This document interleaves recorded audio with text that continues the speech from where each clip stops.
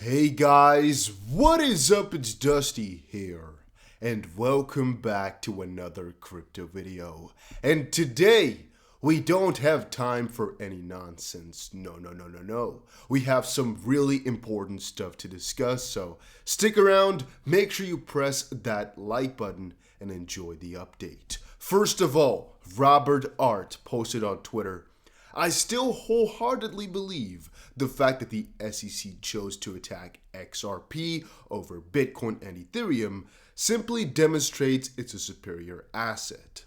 Want to make a statement to the masses? Go after the champion. And then as an example, he basically used here that when Mike Tyson was a heavyweight champion of the world, they wanted to dethrone him, not the second or third best boxer. And I think the analogy is actually not that good, but let's quickly see why this makes a whole lot of sense and why it's extremely important to understand the sub-message right here. So, Decentralize sent a response saying, the SEC has already stated Bitcoin isn't a security, but cute cope. Are you guys getting that?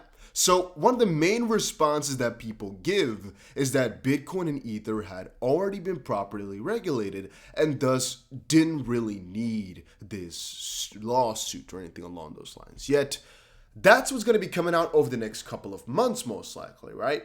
I mean, Jeremy Hogan, for example, put up that pretty shortly here we can be seeing another update regarding the deposition of William Hinman, the man who supposedly put up the strings behind Bitcoin and Ether's quote-unquote clarity. I'm doing the bunny ears with my fingers.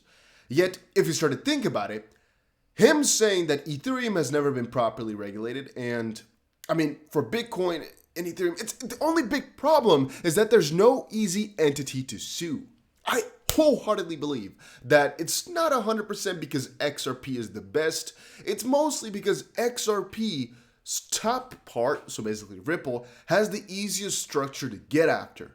And so it was not just by luck, it was not just by chance, because if they really wanted to make it easy for themselves, they'd go after a crypto with not that big of a community and then build themselves up. They chose deliberately to go after Ripple, one of the biggest crypto at the time, the third biggest, which is the first crypto with an easy structure to sue, because make sure you understand, Bitcoin Foundation, pretty difficult. Ethereum Foundation over in Zurich, Switzerland, which is also difficult because the SEC doesn't have jurisdiction over there. So who would you sue in the US? Yada, yada. It is Ripple that has the easiest structure for them to go after, as they are a US company and they are the quote-unquote, or at least were, the foundation above XRP. They were the guys that were pulling the strings mostly. And even though the XRP ledger is decentralized, there's very often one foundation, which now has turned to the XRP ledger foundation, but that took a little bit of time, that is basically working on the development of something. It's because otherwise nobody does it, because you don't get any compensation or don't really have any formal structure. You need some sort of structure. If it was only anarchy, just every person for themselves with no rules, it will be difficult to actually get things done. It could happen, but it's a lot more difficult now. That's actually one theory that I don't think a lot of people understand, is that it's not just because XRP is and Bitcoin and Ethereum aren't. It's just because this one is easy to go for. And the same thing goes for cryptos that are lower.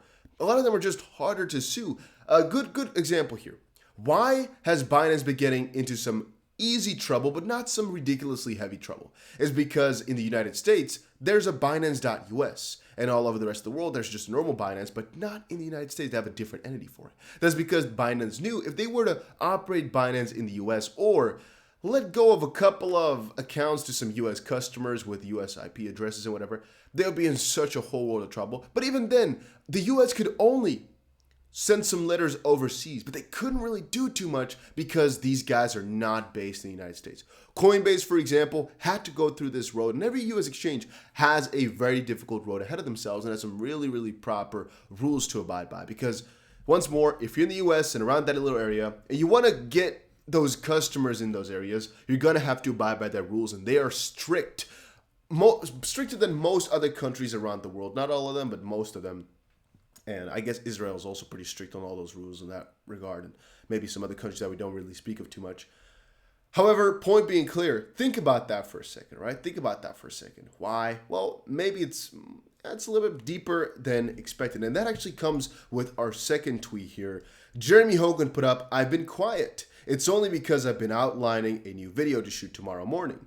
Be on the lookout tomorrow around lunchtime. Love me some Muppets. And the way I'm thinking about this is that it basically talks about the fact that all of this is just a show. There's a lot of puppets pulling this, or basically people pulling the puppets, the strings out there. And a lot of this is more orchestrated than might meet the eye. That has a lot to do with John Deaton's recent tweets of just finding out things and just diving deeper into all the ununderstandable things. They're just not logical, but we'll get into that in just a second, guys. Before we do, I have two things to tell you. One, make sure you press the like button if you are enjoying these videos. It helps the channel out a little bit, and so why not? Make sure you subscribe to the channel if you are watching my videos more often. I believe 80% of the viewers are not subscribed, and so you can make a difference in that regard. Make sure you press the button.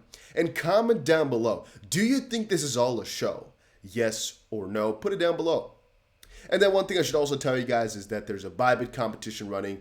There's actually not a competition like before for only my followers, but there's two things. One, you can actually get yourself $1,000 in total, $1,610 worth of bonuses until August 2nd, so only a couple more days. So make sure you check it out, links down below. And there's gonna be a huge new adventure where a lot of people can win some crazy prizes. That's gonna be a team effort, and there's also, you can see an article for it right here. There's a lot of money to be won basically for free. So check out Bybit, link is down below, is the platform that I use. And let's move on. So John Deaton, paragraph 362 of the SEC v. Ripple complaint states, on June 21st, 2018, Brad Garlinghouse explained in a public speech that nobody was using XRP to effect cross-border transactions as of that date. Instead, he said Ripple expects this year for at least one bank to use XRP, end quote. The complaint at paragraph 359 also states that not until approximately mid-2018 did Ripple begin earnestly testing ODL. What needs to be brought to the court's attention is that Ripple chose the most difficult path of all in developing a use case for XRP. Ripple chose to disrupt a half-century-old banking system focusing on the SWIFT payment system. A system built on earning hefty fees from friction, the SEC wants to use it against Ripple and XRP that the banks weren't very receptive to giving up these hefty fees. Many XRP holders disagreed with Ripple's approach. Some of us think Ripple should have focused on smart contracts instead of cross-border payments to demonstrate XRP's utility. Why take the most difficult and resistant path to utility? Well, that's the beauty of the XRP ledger. When you have an open, permissionless distributed ledger technology, you are not limited to mines of only a few. Joe Katz, Brett Garlinghouse, and Chris Larson may very well be 3 brilliant minds, but why limit to only 3? The beauty of the technology is it's open to the world. While Ripple has been attempting to disrupt and change the legacy banking industry, taking considerable time and effort and making progress, see? Additional brilliant minds have been working developing utility. These non-Ripple brilliant minds help develop the XP ecosystem, and a few of them are listed down below here. It must be made clear that these brilliant minds didn't ask Ripple for permission before contributing to the ecosystem, which is true. One thing to put up there, though, is that the majority of people that you can point out that build are actually funded by Ripple, so that is a little bit of a counter argument. However, they were not incentivized fully because they actually started working on it before any sponsorship by Ripple, basically. And then Panos here, October 2017, in a precedent-setting moment, Qualix became the first worldwide institution to use XRapid, Ripple solution that utilizes XRP as a liquidity tool to reduce the cost of sending cross-border payments from the US to Mexico. Well, I actually kind of forgot here. I thought for a second in my own head that XRapid actually got launched in 2018 October, but apparently it's been 2017 October, I'll look into that a little bit later because I'm not sure exactly what happened on the 1st of October 2018. We were really excited about something, but now it keeps me kind of guessing if it was the year before that. We've been doing this YouTube stuff around crypto for so long, you start to forget some things, man. It starts to get all the same. Now, if the 7 to 9 other Bitcoin proposed ETFs are denied, like all others have been, and this Clayton-supported One River BTC ETF is approved, then we clearly live in the US in an openly corrupt system. What do I mean by that? Well, Santiago Velez put up on Twitter, "This is truly beautiful. After having denied a Bitcoin ETF for years, Mr. Jay Clayton, our favorite ex-SEC commissioner, has supported the submittal of One River's carbon-neutral Bitcoin ETF. And I'm not usually at a loss for words, but wow. And I'm going to agree with this too. From one perspective, that is that it's really hypocritical to deny it all those years for the safety hazard and then all of a sudden file it yourself when you're about to make a frick ton of money off of it, right? That's kind of hypocritical. From a different perspective, if you are a regulator yourself, obviously you can make the parameters in such a way where you're abiding by the rules, and so yours getting accepted while others getting denied is not that crazy if you know the rules and you are the law, basically, right? That's one thing I've been thinking about, though. Then again, I think that we got to kind of look into it if it actually gets accepted, because that is not good. That would be really odd in my opinion. Then John Deaton posted, any legal analysis of the SEC v. Ripple case that does not distinguish between sales of XRP by Ripple in the early years and sales of XRP today in the secondary market is not fair and objective. The SEC claims XRP itself is a security, which contradicts Howey and the Telegram case. Real Vision here said, the Ripple XRP situation, what happened? Charged with conducting a $1.3 billion worth of unregistered security offerings. Are we good? Yeah, so I'm not sure exactly if it cut out or not, because the recording sometimes takes a little bit of a poop on top of his head. Hopefully nothing cut out, but I have to check that to see what happened, basically. I wanted to say that a lot of these guys, they're just not that aware of the situation. They just post, for example, an update on the lawsuit with the limited amount of knowledge that they have.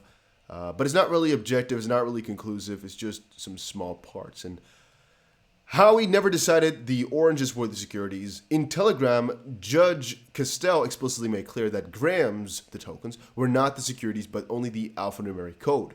In Howey and Telegram, the purchasers actually signed contracts, and even those were not considered the securities. Hinman's Ether speech made clear that digital assets itself weren't the security. 1 year later, Clayton agreed with that conclusion. Despite all of the above, the SEC now still claims that XRP itself, including XRP traded in the secondary market, represents an investment contract with Ripple. What the SEC is alleging regarding XRP is something very different and much more dangerous than in previous cases. People who ignore this very significant difference have either not educated themselves on the facts and the issues, or they've completely and utterly biased. Yeah, I really can't say anything else regarding that. I really can't think of anything else regarding that. So yeah, I'm not going to, of course, crack down on Real Vision as a company because I'm not really too aware of all their situations. But what I can tell is that the recording here, I'm hoping it's not going to shut itself down. And the last basically was somebody asking Jeremy, if you're a gambling man, is your money on the SEC or Ripple? And he responded, I'm not a gambling man. Just kidding. I bought XRP for the first time a month or two after the lawsuit dropped. So I think that answers your question. Nothing so far has made me change my opinion. And yeah, I'm on the same type of boat, I guess, huh? I mean, it's an adventure. It's interesting. It's a little bit of a gamble because we don't know how things are going to turn out. But in the end, I'm not a financial advisor. I'm just doing my thing here, chilling, enjoying crypto, and yeah, we're going big on it. Hopefully, it's going to deliver us some crazy gains. I do think so, though. And that was it for today's video. See you guys again in another one pretty soon. Make sure you press that like button and subscribe.